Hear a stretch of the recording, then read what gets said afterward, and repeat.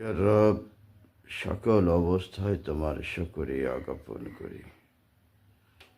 কখনো সচ্ছলতায় তোমাকে চিনতে শিখিয়েছ তুমি, কখনো অসচ্ছলতায় অনুভব করতে শেখা হয়েছ তুমি, কখনো বিড়ম্বনায় তোমাকে চেনাতে শিখিয়েছ তুমি, কখনো নিয়ামতের সম্ভার দিয়ে তোমাকে চিনতে শিখিয়েছ তুমি, কখনো জীবনের কঠিন জটিলতায় অনুভব করতে শিখিয়েছ তুমি, কখনো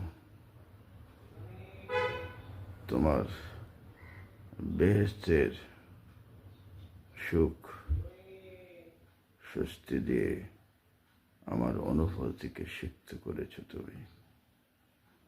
তুমি আমার অভিভাবক, তুমি আমার বন্ধু, তুমি আল্লাহ। তোমার সাথে কারো অংশীদার হয় না। তুমি একমাত্র, তুমি, তোমার সাথে কারো অংশীদার করা যায় না। যদি কেউ করে, তোমার পরিভাষায় শিরক করে। আর যে শিরক করে, পাপ পুণ্য যদি কেউ বোঝে, ততক্ষণ পর্যন্ত তুমি তাকে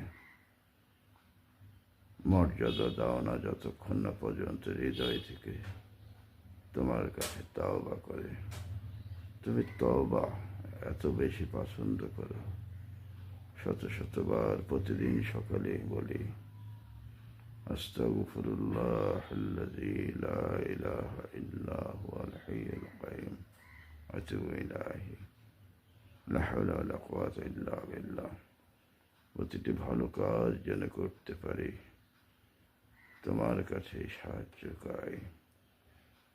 যে কাজ তুমি পছন্দ করো না, সে কাজ থেকে বিরত রাখার দায়িত্ব তোমার। আর আমার প্রচেষ্টা, এসব অনুভূতি যেসব দিয়েছ, সবই তো তুমি দিয়েছ। সবশেষে তোমার কাছে শুকরিয়া জ্ঞাপন করি। কবিতার তালে তালে, কবিতার ছন্দে ছন্দে, হৃদয়ের সিক্ততায়, হৃদয়ের রিক্ততায় তোমার কাছে সমর্পণ করি। সম্পূর্ণ নিজস্ব কবিতা আবৃত্তির